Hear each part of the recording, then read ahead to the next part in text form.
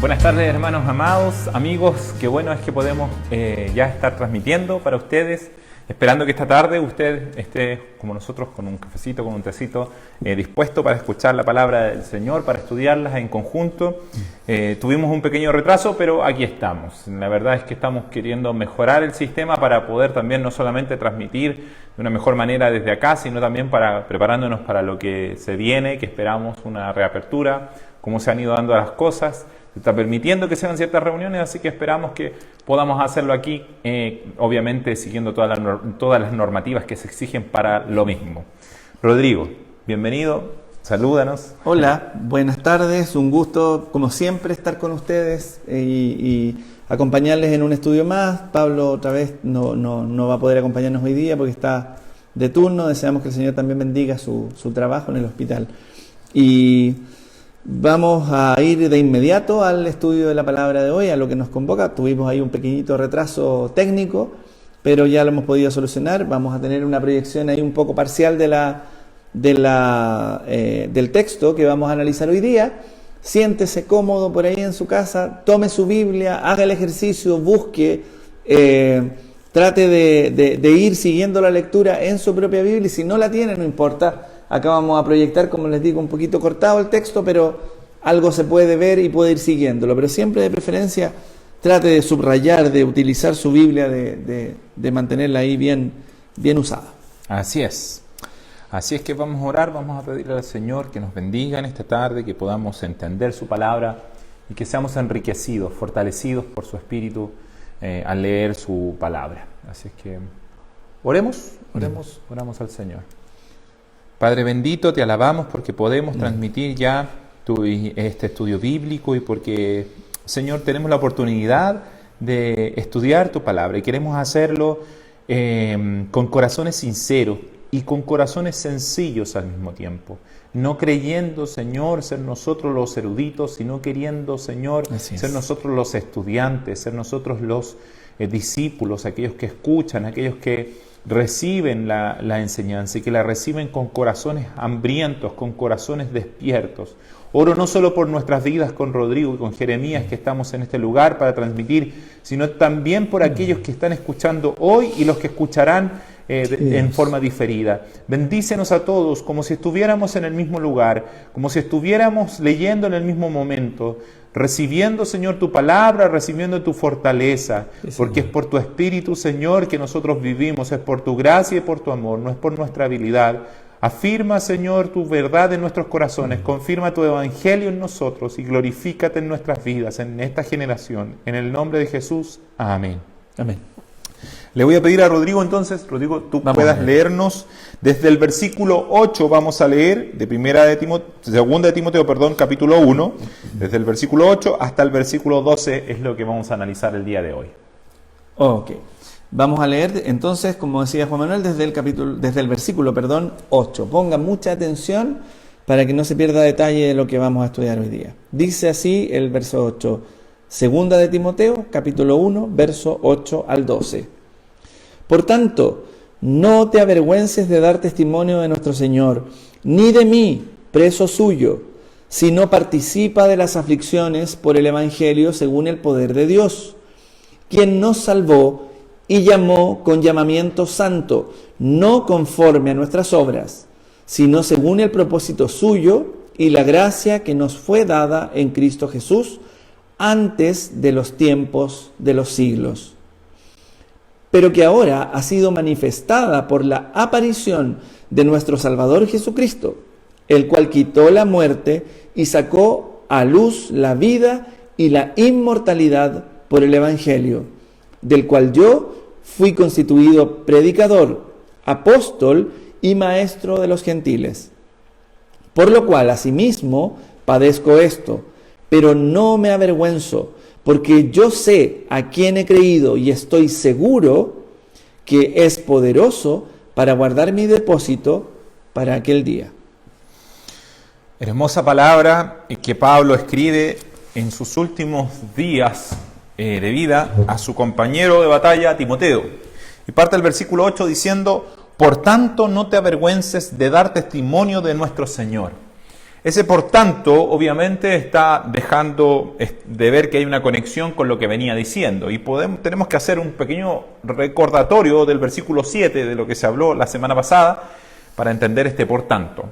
Pablo venía diciéndole, no te amilanes, no tengas temor, lo está alentando a Timoteo y le dice, porque no nos ha dado Dios espíritu de cobardía, sino de poder, de amor, de dominio propio. Como Dios nos ha compartido su espíritu, Pablo dice, por tanto, no te avergüences, porque el Señor nos ha dado su espíritu, el Señor nos ha dado su fuerza, porque el Señor está con nosotros, porque el Señor no nos ha dejado como su promesa. He aquí, yo estoy con ustedes todos los días hasta el fin del mundo. Por tanto, vayan, prediquen. Pablo está haciendo de alguna forma una réplica de esas mismas palabras de Jesucristo.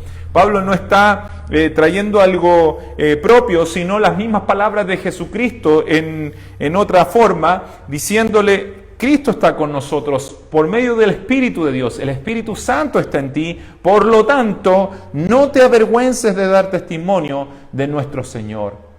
Por tanto, dijo Jesús, vayan y hagan discípulos.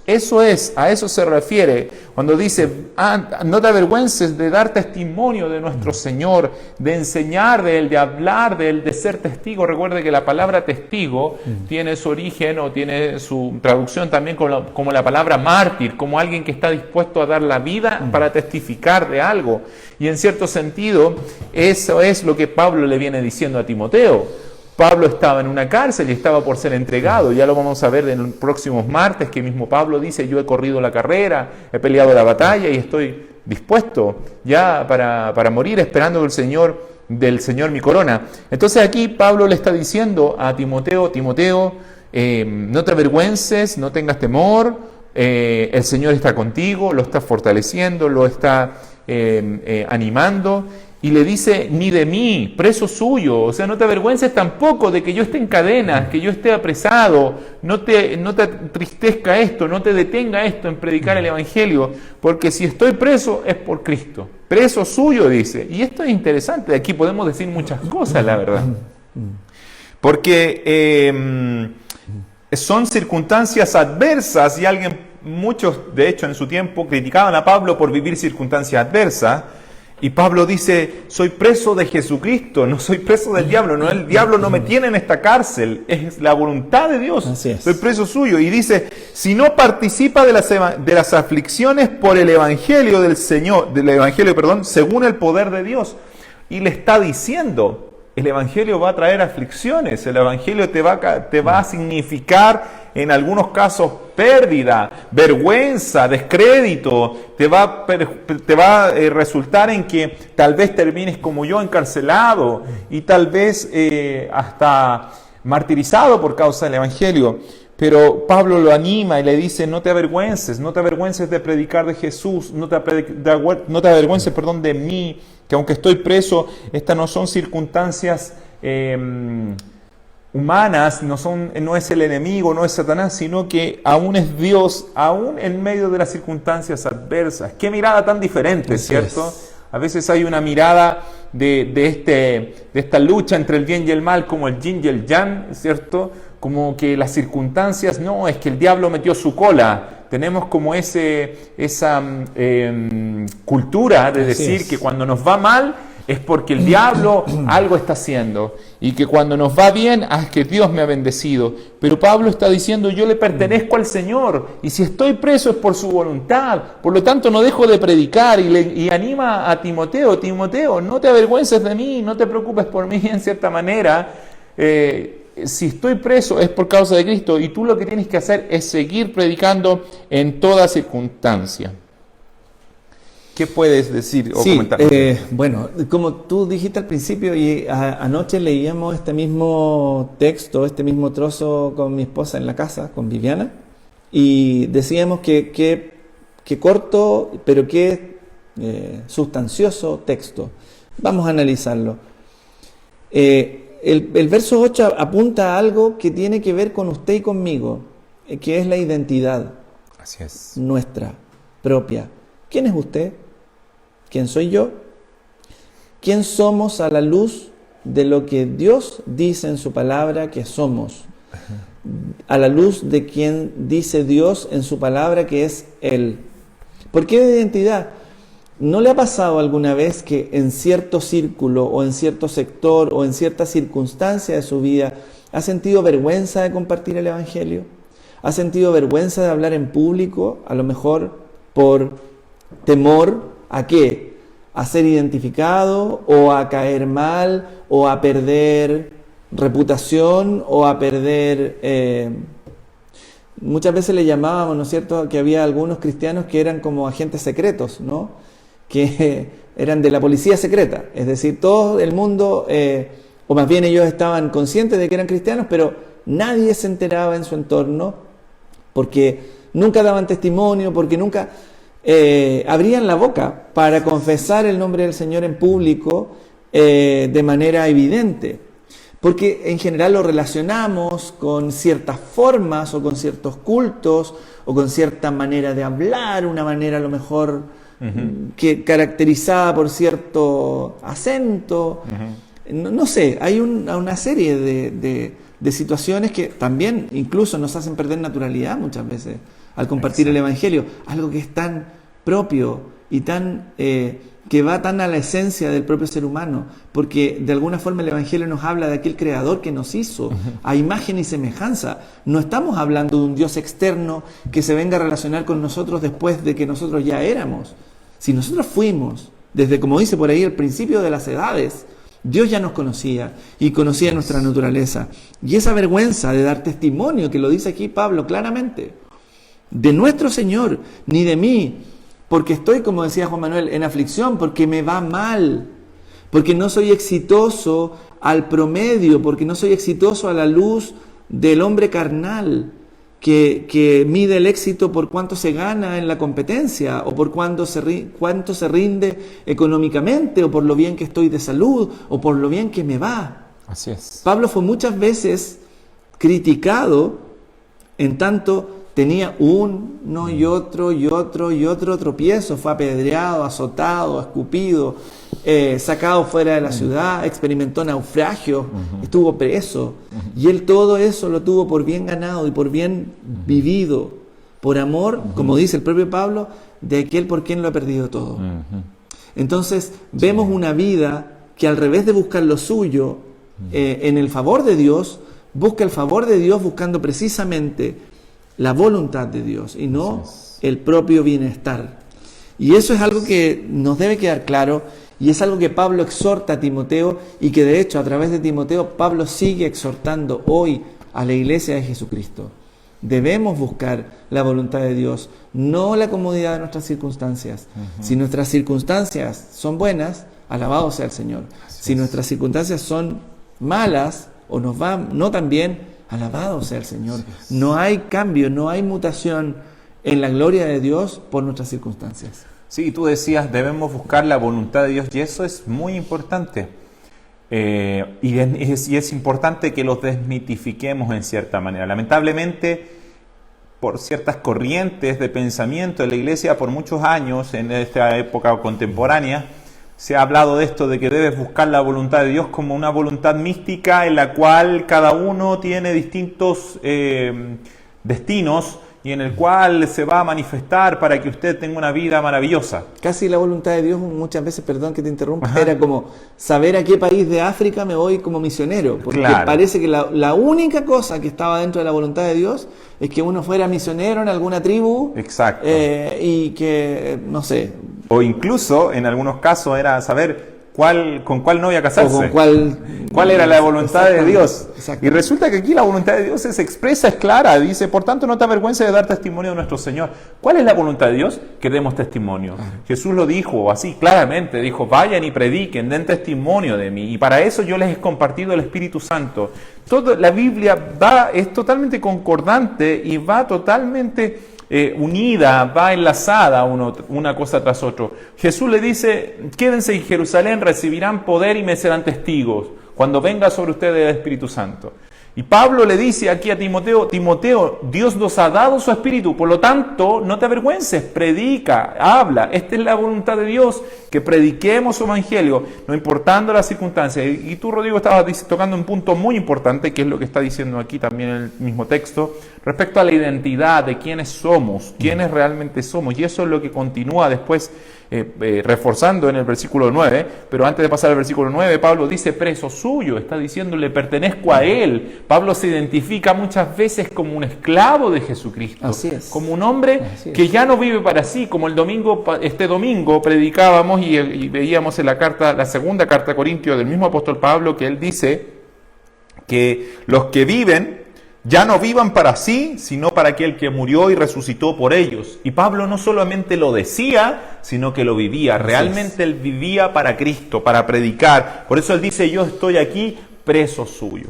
Y tal vez esto es muy... Miren, bueno, la Biblia tiene esta maravilla, que es un libro vivo, que es un libro que llega a tiempo.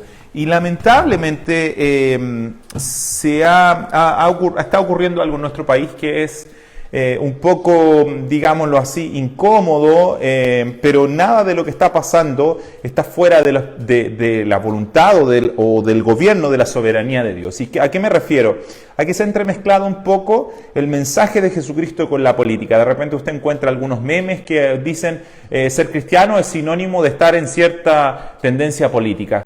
Y la verdad es que nosotros, por supuesto, no estamos de acuerdo con eso, porque la Biblia, la palabra de Dios está por sobre la política. El conocer a Cristo no es tener una determinada tendencia política. El conocer a Cristo es la vida y es para todo hombre, para todo aquel que cree, no importando su condición social, no importando su pensamiento político, no importando su edad.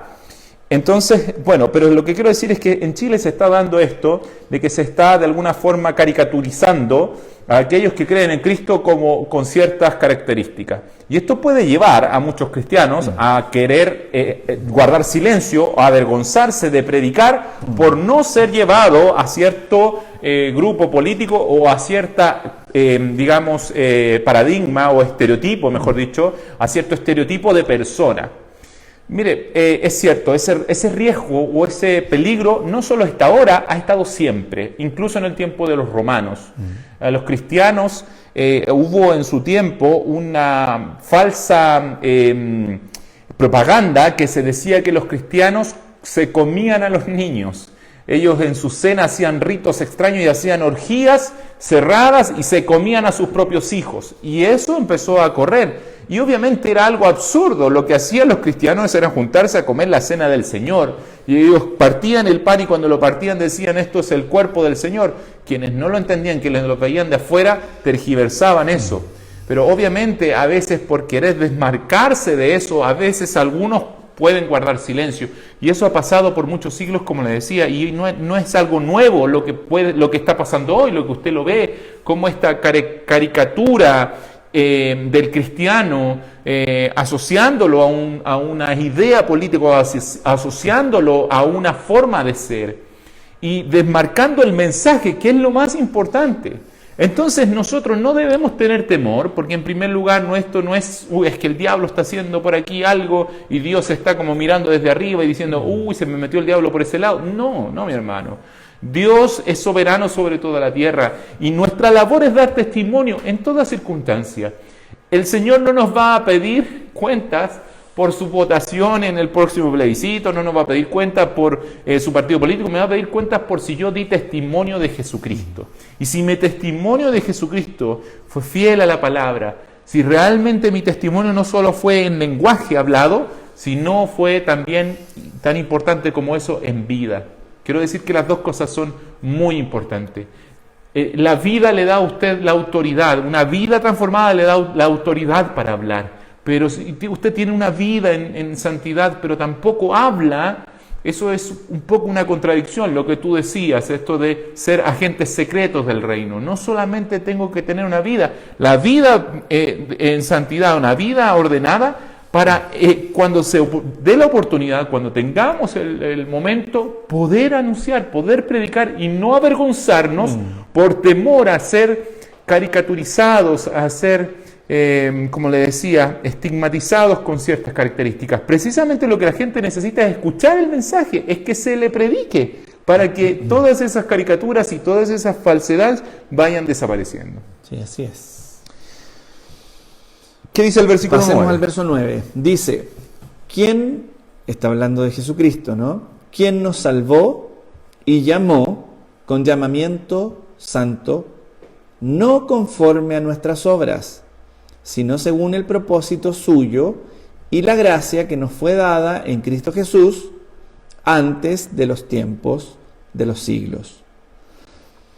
El lector superficial podría ver aquí una contradicción con lo que nosotros estamos diciendo, partiendo en el análisis, y quiero hacerla presente, a ver si ustedes la logran ver, ¿no? Estábamos hablando recién de dar testimonio, de hablar de parte del Señor, ¿no? Juan Manuel ha hecho un énfasis notorio y tiene toda la razón cuando dice, no podemos callar, como dice por ahí, ¿cierto?, lo que hemos visto y oído. No podemos quedarnos callados ante la verdad del Evangelio. Eso es una obra, ¿verdad? Pero aquí el Señor, o más bien, Dios a través del apóstol Pablo nos está exhortando, ¿cierto?, a notar, ¿verdad?, que este llamamiento santo que Cristo hace ha sido según el propósito de Dios y no según nuestras obras. Entonces, como lo digo muchas veces, y esto se presta mucho para confusión, ¿verdad?, que hay personas que dicen, bueno, yo tengo que portarme bien, tengo que hacer buenas obras, y por eso Dios me va a premiar, va a tener mayor favor respecto de mí. Notemos bien que en el contexto en que esto está dicho y en las frases que está ocupando el apóstol Pablo, está hablando primero del llamamiento, está hablando de aquella acción por parte de Dios, voy a decir una redundancia, una acción, para que me entienda, activa por parte de Dios. Dios se moviliza, Dios es quien toma la iniciativa, Dios es quien nos llama. Así es. No es usted, no es lo bonitos que somos, que no es por eso, está claro, no es lo inteligente que usted es, no es lo bueno que usted es, no es esas buenas intenciones que nosotros mismos catalogamos dentro de nuestra propia conciencia, de nuestro propio, hoy que lo hice bien hoy día, hoy que me porté bien, hoy que me hablaron mal y yo no respondí. Todas esas cosas son el fruto de este llamado, son el fruto de esta movilización activa que es de Dios, es Él haciendo en nosotros y no nosotros ganándonos su favor a través de buenas obras. ¿Bien? Entonces, eso es lo que Pablo quiere un poco aclarar en este verso. Dice, para completar la lectura, sino según el propósito suyo y la gracia que nos fue dada en Cristo Jesús antes de los tiempos de los siglos. Quizá complementar un poco lo que acabo de decir, Juan Manuel, y hacer una observación acerca de esa última frase que parece un poco enredada, pero van a ver que se explica bastante bien qué quiere decir el apóstol cuando habla que esto nos fue dado en Cristo Jesús antes de los tiempos de los siglos. Sí, y esto que estamos hablando, volvemos a algo que dijimos antes respecto a la identidad. Y a propósito de esto mismo que también estábamos diciendo de esta caricatura. Porque es importantísimo. Yo cuando tengo claro mi identidad, tengo claro por qué soy salvo, tengo claro por qué el Evangelio ha llegado a mi vida, no tengo rollos en buen chileno, no tengo problemas con la caricatura en cierta forma, porque tengo tan claro quién soy. Exacto.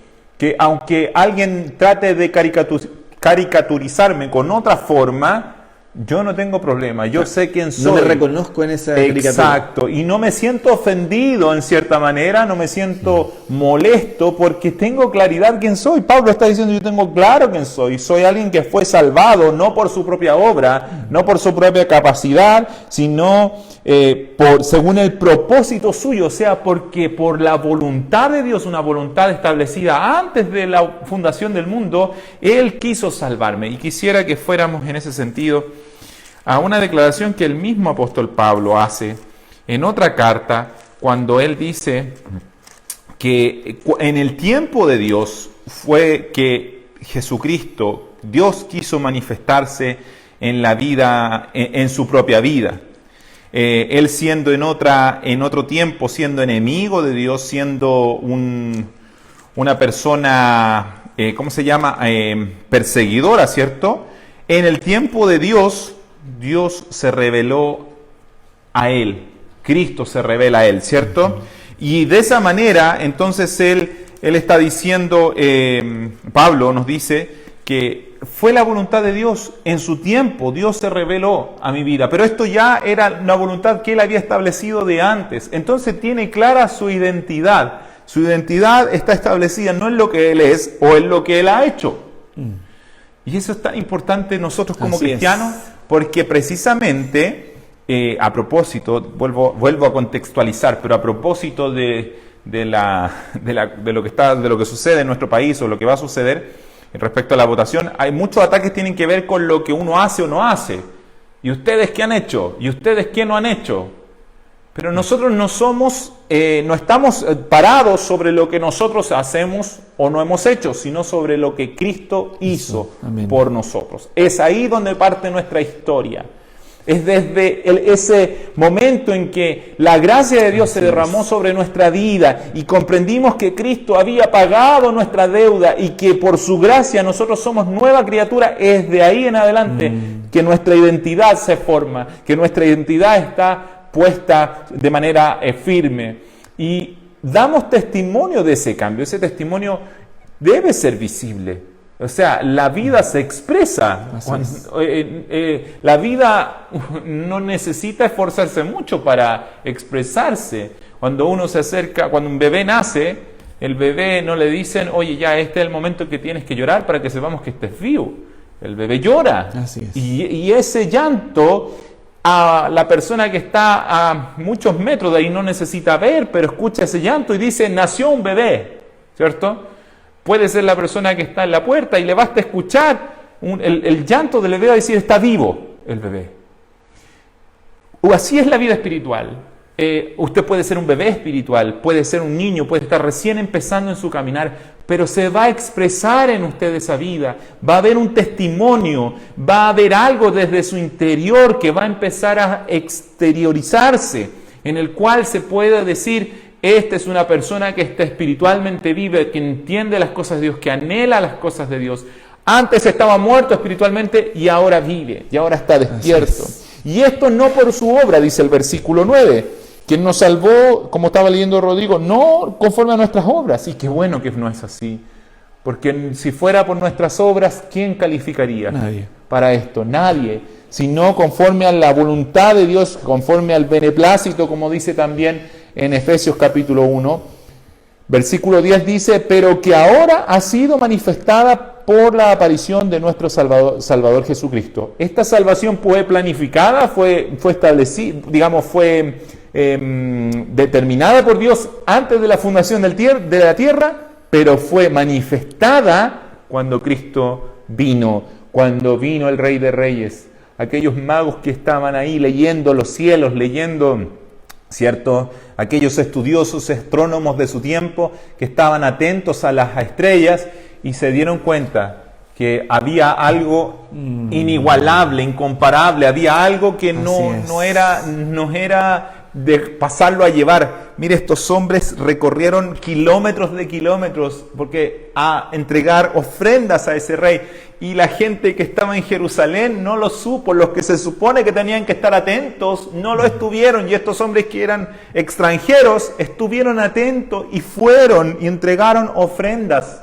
al Rey de Reyes y Señor de Señores, porque había llegado el tiempo. Eso es lo que dice el versículo 10. Pero que ahora ha sido manifestada por la aparición de nuestro Salvador Jesucristo, el cual quitó la muerte y sacó a luz la vida, la inmortalidad por el Evangelio. Por lo tanto, no podemos callar. Por lo tanto, no debe importarnos que nos caricaturicen, no debe importarnos que se burlen de nosotros, no nos debe importar, no debemos caer en el engaño, en esto de, como les decía, de equivocarnos, en politizar el mensaje de Jesucristo, de rebajarlo a algo de este momento y algo terrenal, porque este es el mensaje eterno, este es el mensaje que fue planificado antes de la fundación del mundo y que se manifestó en Jesucristo. Este es el mensaje de salvación.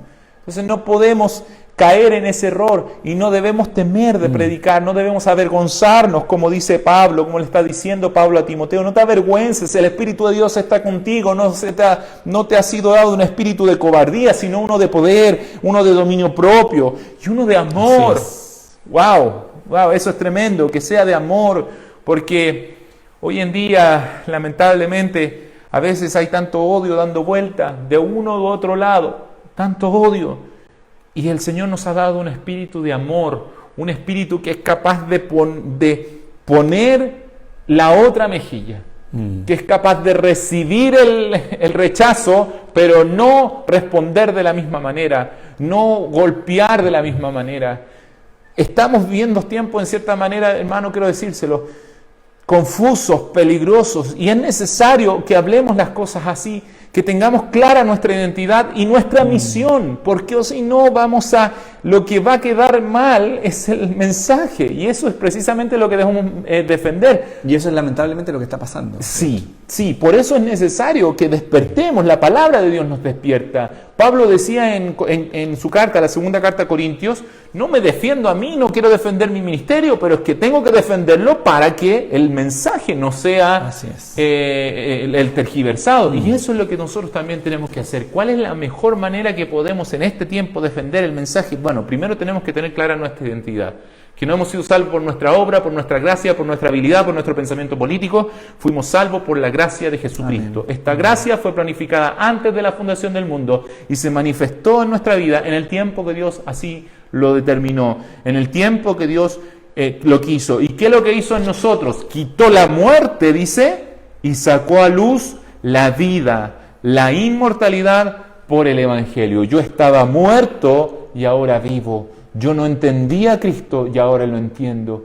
Y debo verlo así en mi vida y ver también así en el otro. Que el otro, si no entiende el mensaje de Jesucristo, si lo ridiculiza, si lo caricaturiza, es porque está muerto espiritualmente. No es inferior a mí, es igual a mí, pero la gracia de Dios ha actuado en mí y no puedo, y tal vez actúa en mí para también actuar en Él. Tal vez Dios ha puesto su gracia en mi vida también para que se manifieste en la vida de aquel que está muerto en este minuto. Qué importante lo que señalas y el énfasis que este versículo en particular, el 10, tiene. En algún momento de mi vida no lo cuento a modo personal para contar un testimonio o para hacer del testimonio lo central, sino que porque tiene que ver con este pasaje en particular. Y si le ha pasado en su vida, qué bueno que pueda servir este testimonio para llevarnos al Evangelio real, al Evangelio verdadero, predicado por Pablo. ¿Cuántas veces me encontré diciéndole a las personas, ven a Cristo porque tu vida se va a solucionar, ven a Cristo porque tus problemas se van a acabar, ven a Cristo porque vas a estar mejor? Y los corazones, ¿cierto?, carnales, duros, que normalmente quieren escuchar ofertas, frente a esas palabras normalmente ¿cómo las interpretan? Bueno, se van a acabar mis problemas financieros, mis problemas amorosos, de pareja, se van a acabar mis circunstancias, a lo mejor voy a ganar la rifa del colegio, que nunca me la he ganado, porque ahora soy hijo del rey, entonces el rey bendice a sus hijos. ¿Cómo voy a cambiar el auto? Va a mejorar mi suerte. Qué hermosa defensa del Evangelio hace Pablo relacionándolo con algo que no tiene nada que ver con sus circunstancias, querido y querida que me escucha, sino que tiene que ver con algo mucho más sublime, que independiente de sus circunstancias, este Evangelio que ha traído hacia nosotros Cristo, Emmanuel, Dios hecho hombre, escúcheme bien, ha quitado la muerte, sacó a luz la vida y la inmortalidad por el Evangelio. Escúcheme bien, no importa si usted fallece mañana o si yo muero mañana en esta vida carnal, no importa si mis circunstancias son tristes, como para muchos pueden estar siéndolo ahora, como el contexto del que habla Juan Manuel, o si nos va bien y tenemos plenitud de cosas. Ya lo leíamos en 1 Timoteo, lo que tenían que hacer los ricos, ¿no? que fueran ricos en el cielo, que no fueran altivos, nos mandaba. No había algo contra la riqueza, porque no tiene que ver con tu circunstancia. Tiene que ver con la preeminencia del Evangelio, con la preeminencia de Jesucristo, con morir a nosotros mismos y a nuestra tendencia, podríamos decirlo, satánica, de mirarnos el ombligo, de considerarnos el centro del universo. No es así. Es Cristo en quien nuestra vida está escondida. Es Cristo en quien nuestra fe está afirmada, y es Él la roca que no se mueve, y es Él quien a través del Evangelio quitó la muerte y sacó a luz la vida y la inmortalidad por el Evangelio. Y dice Pablo, continúa en el 11, del cual yo fui constituido predicador, apóstol y maestro de los gentiles. Y escúchelo bien, no dice del cual yo me hice o yo a sí mismo me convertí en, no, dice que fue hecho, fue constituido, sigue siendo y sigue reconociendo Pablo la obra de Dios en su vida y no su propia obra ni su propia voluntad ejecutada. Qué importante es entender de lo que hablamos. Qué importante es entender a quién predicamos. Qué importante es entender qué lugar ocupo en esta vida que Dios me da. Y cómo puedo glorificar a Dios en mi vida, no gloriándome en mí mismo, sino que gloriándome en aquel que quitó la muerte y sacó a luz la vida y la inmortalidad por el Evangelio. Ese es Jesucristo. Así es. Sería interesante, permítame leerle Gálatas capítulo 1, versículo 13 en adelante, respecto a esto mismo que está diciendo Rodrigo. Pablo, hablando su testimonio, de cómo esto fue algo que Dios estableció en él, y que fue algo que Dios había planificado antes, pero Él lo estableció en su momento. Rodrigo le dijo al principio, tenga su Biblia a mano ahí para usarla, así que la vamos a usar. Gálatas está un poquitito antes de primera y segunda de Timoteo, está antes de Efesios. Búsquela. Gálatas capítulo 1, versículos 13 en adelante dice, porque ya habéis oído acerca de mi conducta en otro tiempo en el judaísmo, que perseguía sobremanera a la iglesia de Dios y la asolaba. Y en el judaísmo aventajaba a muchos de mis contemporáneos en mi nación, siendo mucho más celoso de las tradiciones de mis padres. Pero mira, escuche esto. Pero cuando agradó a Dios, que me apartó desde el vientre de mi madre y me llamó por su gracia, revelar a su Hijo en mí, para que yo le predicase entre los gentiles. Ahí, bueno, continúa diciendo, no consulté enseguida carne y sangre, no hablé con los apóstoles, fue a hablar con Pedro solamente, pero dice cuando agradó a Dios. O sea, aquí no es cuando yo oré, cuando yo le pedí, cuando yo sentí algo, cuando yo empecé a buscar a Dios. No, dice cuando agradó a Dios, o sea, cuando Dios quiso, cuando a Él le pareció que era el momento. Así es. Pero mire, Pablo llega al Evangelio siendo grande. Sin embargo, él dice que me apartó desde el vientre de mi madre. Qué tremendo, mire cómo él tenía clara su identidad. Él decía, mi salvación, mi posición nunca ha dependido de mí, porque incluso antes de que yo naciera, Dios ya me había escogido. Si hubiese dependido de mí, yo estaría tremendamente perdido, pero su gracia se manifestó en mí. Y se manifestó para que yo enseñara a otros, para que yo le predicara a los gentiles, de lo cual yo fui constituido predicador, apóstol y maestro de los gentiles, de los no judíos. Yo siendo el judío más judío,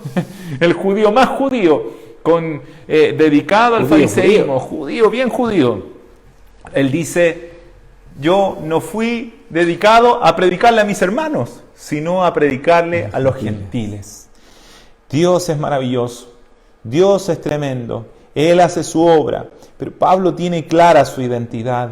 Y Pablo no tiene problemas con sus circunstancias. Él dice, bueno, a lo mejor me equivoqué, a lo mejor no era mi propósito, a lo mejor no era la voluntad de Dios, porque miren cómo estoy, cómo me va. No, Pablo tiene claro, tiene claro que él ha sido salvo por gracia y que fue constituido como predicador, apóstol y maestro de los gentiles. Y mire qué tremendo, que la voluntad de Dios se cumple aún más allá de nuestras propias capacidades, porque siendo 2000 años después, Pablo sigue siendo predicador a los gentiles, porque estamos nosotros, que no somos judíos, leyendo una carta del apóstol Pablo. 2000 años después, más o menos, un poco menos de que Pablo murió, sigue predicando, porque sabemos que esto no es obra de él, sino que es la obra del Espíritu Santo. Y el versículo 12 termina diciendo: por lo cual asimismo padezco esto, por esta causa, por ser predicador a los gentiles, por anunciar a Jesucristo. Recuerden que fueron los judíos quienes lo acusaron precisamente de que él profanaba el templo y que él hacía una predicación en contra de la ley de Moisés, lo cual era mentira. Y resulta que fueron los judíos quienes en el fondo provocaron a que Pablo fuera encarcelado, que Pablo fuera llevado ante César, etc. Dice, por lo cual asimismo padezco esto, pero no me avergüenzo, porque yo sé a quién he creído. Y esto es tremendo, qué tremendo. Y esto, mi hermano, quisiera un remesón en nuestro corazón. Pablo le está diciendo, partimos leyendo, que Pablo le decía a Timoteo: Timoteo, no te avergüences de dar testimonio. Y él, aquí terminamos con el versículo 12, él dice: yo no me avergüenzo, porque yo sé a quién he creído. Mire qué tremendo en estas circunstancias, le vuelvo a decir, en que se ha caricaturizado el cristiano, que se le ha tildado de cierta preferencia política, y hay otros que quieren desmarcarse a toda costa de ser tildados de esta manera. No caigamos en ese juego. Si usted tiene otra tendencia política, no trate de convencer: no, yo no soy de ese lado, yo soy de este otro lado. No somos llamados a eso. Si usted tiene una conversación familiar o qué sé yo, quiere hablar de política, hágalo. Pero como hijos de Dios somos llamados a predicar a Jesucristo, no a tratar de desmarcarnos de uno o de otro. No nos avergoncemos, porque seguro el mundo va a querer avergonzarnos una y otra vez. Y quiero volver a contextualizar o a hacerlo concordante con lo que estamos viviendo hoy en día, porque se va a venir más fuerte. Acercándose el 25 de octubre, esto se va a venir más fuerte. 25 es el plebiscito, ¿cierto? Bueno, cuando se venga la votación, se va a ver más fuerte, lamentablemente, pero usted no se avergüence cuando esté en el trabajo, cuando esté ahí con otros amigos o familiares y que le digan: oye, así que tú estás por esto otro, tú soy de los que dicen esto. Usted aproveche la oportunidad de decir: yo soy de Jesucristo, no me avergüenzo de Él, no me avergüenzo, porque yo sé a quién he creído. Mire qué tremendo. Y dice: yo sé a quién he creído. Pablo ha escuchado a Cristo, Pablo estuvo con Cristo, Pablo ha mirado a Cristo. Entonces él dice: yo sé a quién he creído. Esto no es un mensaje simplemente, no es una ideología, esta es una persona. No dice: yo sé en quién he creído. Porque algunos dicen: no, yo creo, en la filosofía de oriental, yo creo en esto, yo creo en esto otro. Nosotros no creemos en algo, nosotros creemos a alguien. Creemos a una persona que dijo ser el Hijo de Dios, que dijo venir del cielo y venir a hacer la voluntad de Dios. Creemos a alguien que dijo que iba a morir por nuestros pecados y que iba a resucitar el tercer día, y lo cumplió. Nosotros le creemos a Él y creemos que Él ha prometido que nos tiene una morada segura en el cielo. Ha prometido y ha dicho que Él fue al cielo a preparar lugar para nosotros, y nosotros tenemos un lugar seguro. Y entonces, y eso es lo que dice Pablo aquí, porque dice: no me avergüenzo, porque yo sé a quién he creído y estoy seguro que es poderoso para guardar mi depósito para aquel día. De eso está hablando, de aquel depósito, de aquel lugar que el Señor preparó para nosotros en el cielo, para los que hemos creído. Por lo tanto, no nos avergonzamos. Nuestro evangelio no es de este mundo, estamos en este mundo, pero no somos de este mundo. Y vamos a predicar el evangelio para que no solo nosotros, sino muchos más puedan entrar con seguridad aquel día al depósito de salvación y vida eterna. Sí, solo un comentario final. Yo me gustaría hacer acerca del versículo 12 para ir ya cerrando. Estamos culminando, ¿cierto?, el texto que teníamos que analizar por el día de hoy. Pero me parece muy importante que hay un detalle que no quiero dejar pasar. Cuando yo les hablaba de las circunstancias hace un momento, de que no importaba si íbamos bien o íbamos mal, si las circunstancias eran buenas o la vida no nos sonreía, como dicen algunos, ¿no? El Señor no cambia, el Señor no muta, sí, perfecto. Pero no vemos aquí a un Pablo que desconozca sus circunstancias. Así es. Él no está en ningún momento diciendo, no me ha ido mal, sino que de alguna forma él reconoce que son circunstancias difíciles, ¿bien? Pero no es un reconocimiento para decir, bueno, yo antes cuando era fariseo me iba bien y yo era exitoso y bueno, a lo mejor tenía otro pasar, nunca estuve preso, yo era uno excelente entre los excelentes de mi grupo, quizás los aventajaba a todos y ahora, bueno, estoy aquí sufriendo. No vemos esa actitud quejumbrosa de Pablo respecto de sus circunstancias. Él las menciona, dice, por lo cual asimismo padezco esto. Él habla de un padecimiento, pero dice, después arregló enseguida ese pero que cambia, siempre lo hemos visto, ¿verdad? Por lo cual asimismo padezco esto, pero Así es. estoy padeciendo, cierto, pero ¿sabes qué? No me avergüenzo. Sí. Que el resto de la gente diga, oye, mira este gallo que le va pésimo, que nada le sale bien a ojos humanos. Mira, ¿cómo puede ser cristiano? ¿Cómo puede ser un tipo al que le va así de mal? No me avergüenzo, dice Pablo, de mis circunstancias. No me avergüenzo de mi padecimiento. ¿Por qué? ¿Porque soy un masoquista? ¿Porque me gusta sufrir? No, porque yo sé a quién he creído. Yo sé a quién he creído. Hoy día yo no veo ese fruto, ¿no? Pablo dice, y la Biblia nos enseña, que nuestra mirada debe estar puesta en las cosas de arriba, que debemos anhelar el reino como si lo tuviésemos, pero aún no, y trabajar para ese reino como quien mira a lo lejos el final de la carrera, como quien mira a lo lejos el premio. Y él dice, y estoy seguro que a ese, cierto, a quien yo he creído, estoy seguro que es poderoso para guardar mi depósito para aquel día. Acuérdese de esa frase, cada vez que usted se mete al banco, infórmese sobre la garantía estatal de los depósitos, dice por ahí, ¿verdad? Lo podemos relacionar. ¿Qué quiere decir eso? Que si la banca quiebra y usted tenía 1 millón de pesos depositados, hay un mínimo, un piso de eso que el Estado le puede garantizar en caso de que todos los bancos se vayan a pérdida. Se perdió su dinero. Pero aquí tiene, por ejemplo, 1/10 o una parte. Por eso, infórmese del límite que el Estado establece, porque eso existe, y es cierto. Si alguna vez hay una debacle financiera y los bancos se declaran en quiebra, es el Estado quien tiene que asumir en un límite esa deuda. Aquí lo que Pablo está diciendo es que aquel en quien él cree no nos pone esa letra chica, no condiciona lo que ha de venir, porque eso ya está ganado desde antes que el mundo se fundara por el sacrificio perfecto, suficiente de Jesucristo en la cruz. Y ese es el evangelio que predicamos. Estoy seguro que es poderoso para guardar mi depósito. Allá nadie lo toca, porque hay uno que es fiel.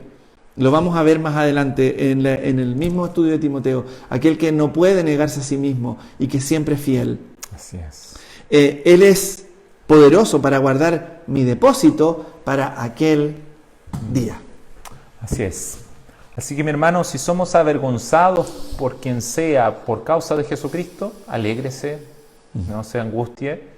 Terrible es ser avergonzado por cosas que sean verdaderas, por cosas que son realmente vergonzosas, pecados, lascivia. Esas cosas sí son vergonzosas. Esas cosas quitémoslas de nuestra vida. Amén. Pero ser avergonzados por el Evangelio es glorioso, es maravilloso. Así es. Es maravilloso. Y si vamos a ser avergonzados, y será la voluntad de Dios. Pablo está diciendo, bueno, yo estoy aquí por la voluntad de Dios. Estoy preso, estoy en una situación de vergüenza, pero yo no me avergüenzo, porque yo sé que soy preso del Señor, es por causa de Él que estoy aquí. En segundo lugar, sé que es el mismo Señor poderoso, guarda mi lugar, mi estancia en el cielo.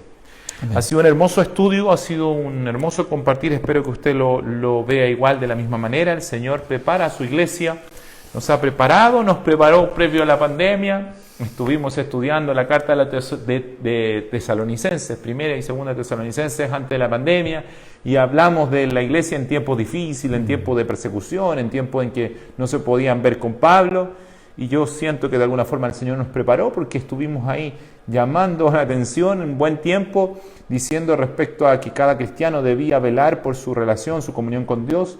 Y bueno, vino la pandemia y yo no es que quiera forzar mucho el texto, pero yo sé que el Señor, el Espíritu Santo está con nosotros y nos prepara. Y si hemos de ser avergonzados, que sea por causa de Cristo. Pablo dice, yo no me avergüenzo, y si estoy aquí, ¿por qué no me avergüenzo? Porque el Espíritu de Dios está en mí y porque yo sé a quién he creído. Que usted lo sepa y que tengamos clara nuestra identidad. Amén. Para dar testimonio de Jesucristo en toda circunstancia, en todo momento. Así que eso. Un abrazo, mis hermanos. Dios les bendiga. Cariñosos saludos para todos. Abrazos, besos. Ahí ya nos veremos presencialmente con todas las medidas correspondientes. Así es. Nos estamos viendo entonces. Y antes que se me olvide y que me reten después, estamos a fin de mes. Y fin de mes es muy importante porque tenemos la costumbre en esta iglesia de reunir los víveres y todos los alimentos no perecibles útiles de aseo también, que se están destinando para ayudar a la gente que está en necesidad. Viviana Vázquez está a cargo de recolectar, subrogando a nuestro querido hermano Sergio Cuevas, y Viviana con mucho trabajo. Exacto, y Viviana se está encargando de esto con mucha diligencia, y ella precisamente nos pidió que recordáramos que se va a estar recolectando, así que contáctese con ella. Si no recordabas, me iban a retar más a mí que a ti. Así es, por eso te salvé la vida, amigo.